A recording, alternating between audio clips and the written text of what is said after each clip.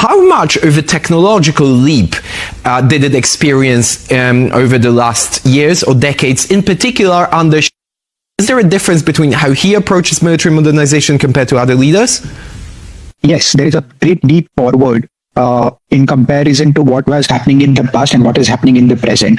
The Chinese military doctrine is based on the framework called active defense, which is, in simple terms, also known as offensive defense. Now, since 2016-2017, when China has started mobilizing its cyber and military power into active defense, they have leapfrogged into technological military, especially military technology.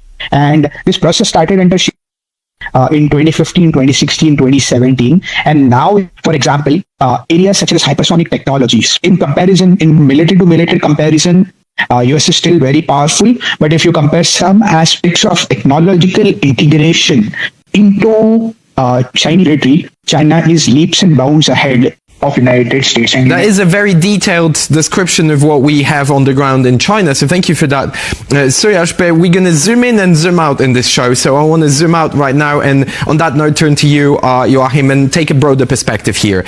One of the main differences between the Western powers doing defense and security and China is precisely the fact that China doesn't really invest much in providing external security, as we've seen the base in Djibouti, and hardly anything else are very different to what the United States of America, for instance, do.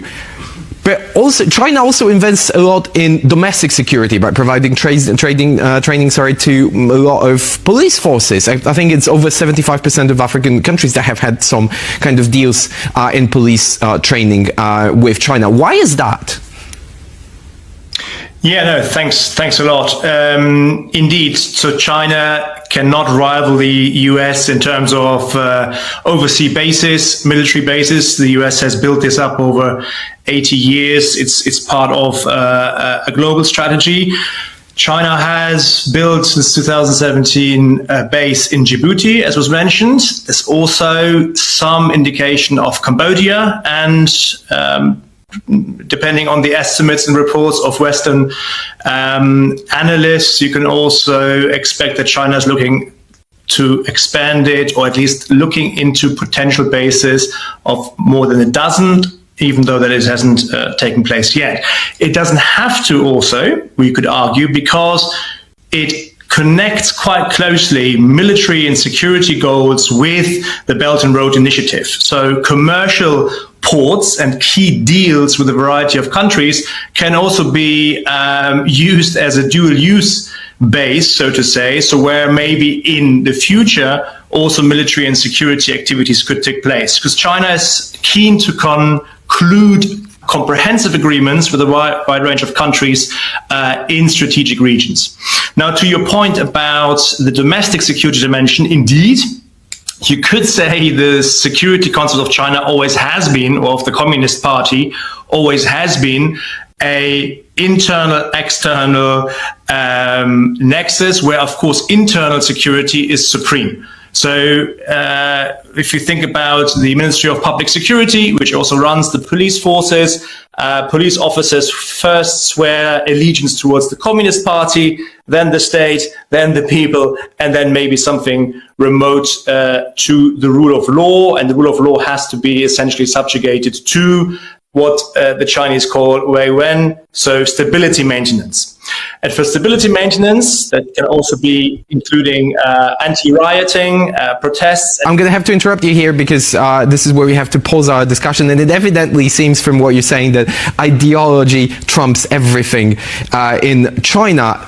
Thank you, gentlemen, very much for your answers so far and for obviously shedding more light on the military aspects of Chinese development and economic leaps. But the elephant in the room, just like in the case of any discussion over China, is of course Taiwan.